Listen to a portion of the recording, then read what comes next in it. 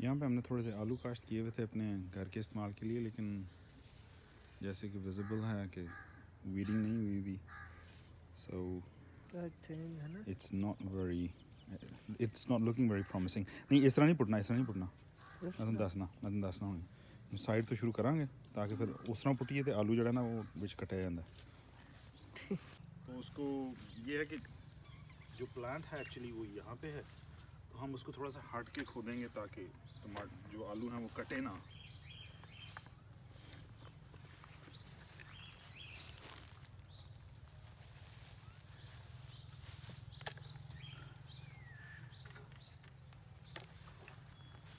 इरफान को बाल्टी शाल्टी टाइप चीज़ को बोरी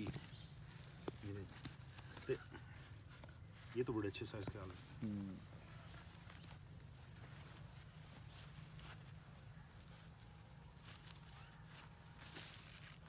लेकिन यहाँ पे यील्ड वो नहीं होगी क्योंकि कोई इतना लुक आफ्टर नहीं हुआ हुआ, वीड्स बहुत ज़्यादा हैं।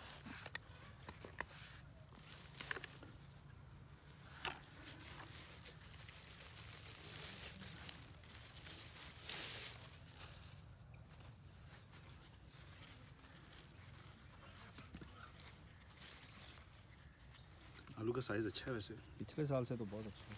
पिछली दफ़ा जो लगाया था उसमें इतना अच्छा साइज नहीं।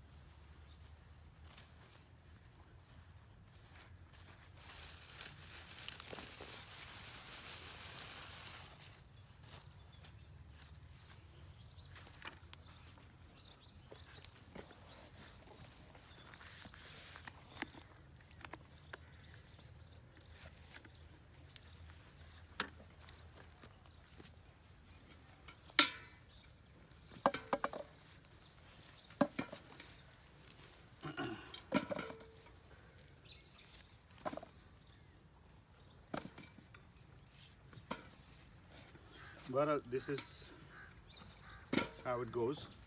अभी हम बाकी का करते हैं, will come back to it कि इस एक रो में से कितना यील्ड है हमारी। So instead of boring you with this laborious work, we'll get on with it and update later.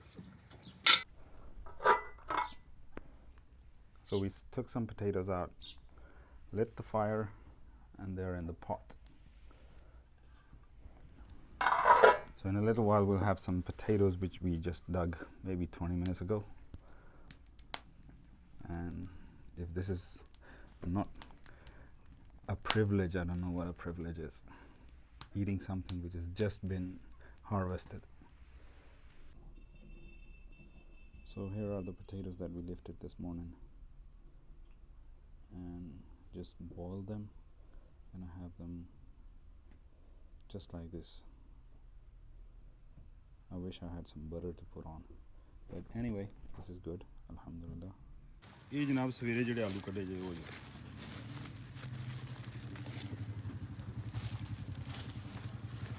दसो जी दो जी इंटरव्यू दे बारे च ਤੁਸੀਂ ਦੱਸਣਾ ਕਿ ਕੀ आलू ठीक ने बेहतरीन ने जी लाल कलर पूरा है इन्हां दा साइज भी पूरा है ਕਿੰਨੀਆਂ ਖਿਲਾਂ ਪੁੱਟੀਆਂ ਸਨ ਸਵੇਰੇ ਇਰਫਾਨ?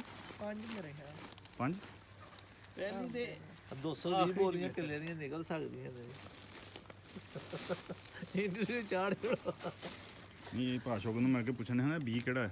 220 ਇਹ ਕੀ ਪਤਾ ਕਿ ਕੋਈ ਨਹੀਂ ਮੰਡੀ ਵਿੱਚ ਬਣਿਆ ਇਹ ਕੀ ਵਜ੍ਹਾ ਮੈਂ ਕਹਿੰਦਾ ਇਹਨੂੰ ਜੇ ਬੀ ਕਿਸ ਤਰ੍ਹਾਂ ਰੱਖਿਆ ਜਾਏ ਇਹਦਾ ਅੱਛਾ ਨਿਕਲਿਆ ਫਰੂਟ।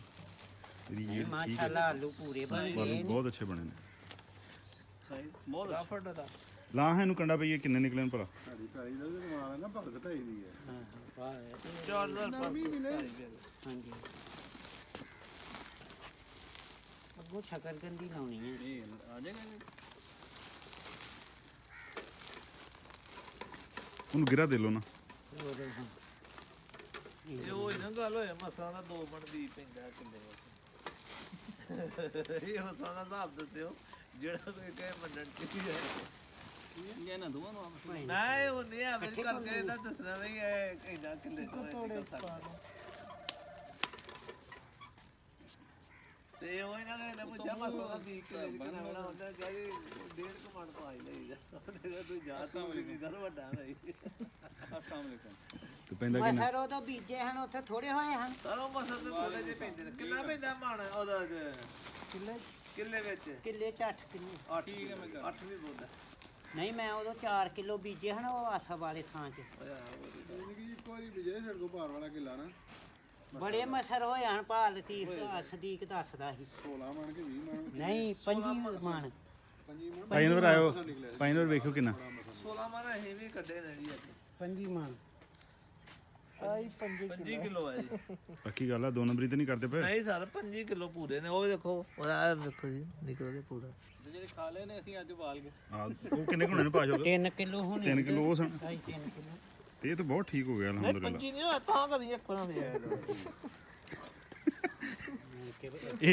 ਫੇਰ ਇਹ ਭਾਨਵਰ ਨੂੰ ਫਿਰ ਸਕੂਲੇ ਘਲੀਏ ਨਹੀਂ ਨਹੀਂ ਨਹੀਂ ਨਹੀਂ ਮੇਰੇ ਮੈਥ ਚ ਨੰਬਰ ਚੰਗੇ ਹਨ ਮਾੜੇ ਨੇ ਚਲੋ ਚੰਗੀ ਗੱਲ ਆ ਹੁਣ ਫਿਰ ਪ੍ਰੂਵ ਹੋ ਜਾਂਦਾ ਹੁਣੇ ਪਤਾ ਲੱਗ ਜਾਂਦਾ ਆ ਭਾਈ ਪਤਾ ਲਾਂਦਾ ਹਿਸਾਬ ਕਰਨ ਦੇ ਮੈਂ ਕਿਹਾ ਮੇਰੇ 85 ਨੰਬਰ ਸਨ 100 ਚੋਂ ਲੈ ਪੰਜੀ ਕਿੱਥੇ ਕਹਿਣ ਡਏ ਹੋ ਉਹ ਸਾਰੇ ਵੇਖੋ ਨਾ ਕਿੰਨਾ ਹੋ ਗਿਆ 34 ਕਿਲੋ 34 ਇਹ ਆਲਮੋਸਟ 35 ਦੇ ਲਾਗੇ ਲੱਗੇ ਲਓ ਜੀ ਹਿਸਾਬ ਮੇਰਾ ਵੀ ਸਹੀ ਨਿਕਲ ਆਇਆ ਨਾ ਕਿੱਥੇ ਸਹੀ ਨਿਕਲਿਆ ਹੁਣੇ ਪੰਜੀ ਕਹਿਣ ਨਹੀਂ ਮੈਂ ਇਸ ਵਾਸਤੇ ਕਿਹਾ ਦੁਬਾਰਾ ਕਰੋ ਗਲਤ ਹੋ ਗਿਆ ਦਾ ਹਿਸਾਬ ਮੈਂ ਕਿਹਾ ਨਹੀਂ ਠੀਕ ਕਰਨਾ ਚਾਹੀਦਾ ਅਗਰ ਇਹ ਵੀ ਪੜਤਾਲ ਮੈਂ ਨਾ ਕਰਦਾ ਤਾਂ ਕੰਮ ਤੇ ਖਰਾਬ ਨਹੀਂ ਸੀ 25 ਤੁਸੀਂ ਗਿਣ ਨਹੀਂ ਫੜਿਆ ਵੀ ਤੁਸੀਂ ਹੈ ਜੀ ਬਿਲਕੁਲ ਫੜੀ ਵੀ ਗਲਤੀ ਤੁਸੀਂ ਹੈ ਇਹ ਗਲਤੀ ਤੇ ਤੁਸੀਂ ਫੜੀ ਹੈ ਤੁਸੀਂ ਫੜੀ ਹੈ